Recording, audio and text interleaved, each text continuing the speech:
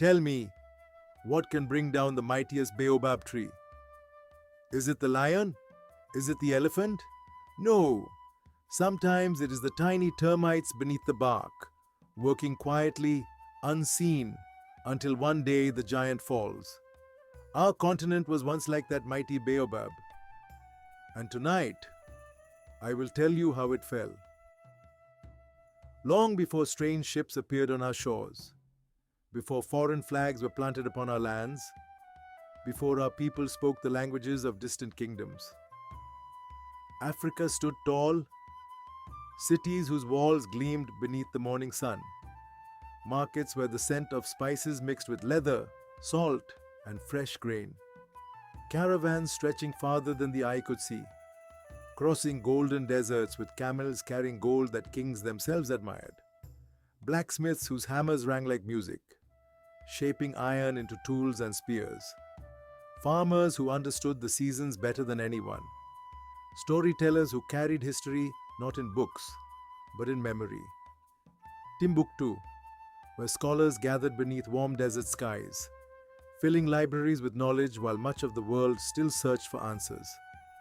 Our ancestors were builders, traders, healers, warriors, and dreamers. We were never a people without history, but even the brightest fire cast shadows. Our kingdoms were strong, but they did not always stand together. One king distrusted another. One kingdom fought over rivers. Another fought over trade. Old quarrels were remembered. New enemies were made. Years passed. Battles were won. Battles were lost. But while our eyes watched one another, other eyes were watching us. Across the sea, powerful nations had begun to hunger. Not for food, not for water, but for land, for gold, for ivory, for rubber, for diamonds, for power. They saw something our ancestors could not. They saw that it is easier to enter a house whose owners are arguing. So they waited. They smiled. They offered gifts. They signed treaties. They whispered promises. They armed one kingdom against another. They made friends today, only to become conquerors tomorrow. This is how division became a doorway. But before that doorway was fully opened, another great wound had already been carved into Africa. For generations, men, women, and children had been captured. Families were separated. Villages became quiet. The strongest young people disappeared beyond the ocean. Some never saw their homeland again. Imagine a village where every season the strongest farmers vanish. Imagine an army that loses its bravest warriors before battle.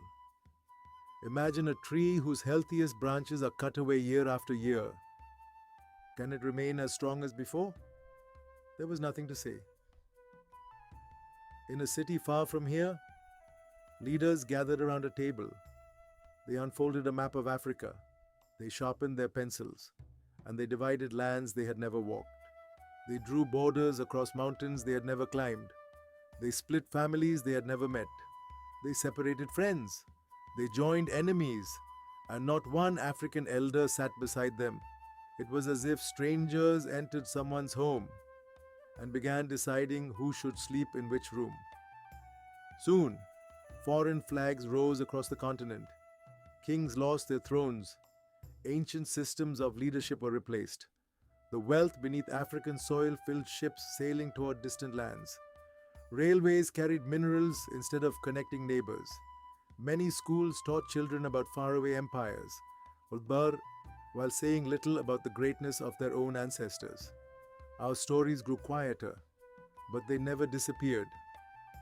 But listen carefully.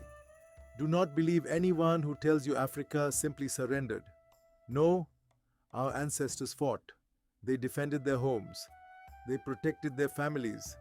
They resisted with courage that still echoes across this land. Many fell. Many endured. And because they endured, one day, freedom returned.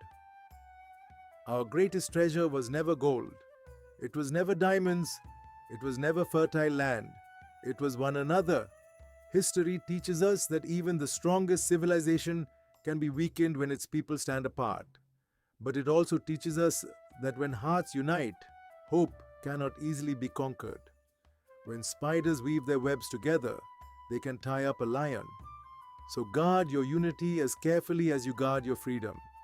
For a people who remember their past and stand together can build a future no stranger can steal. And if the fire still burns tomorrow night, I will tell you another story.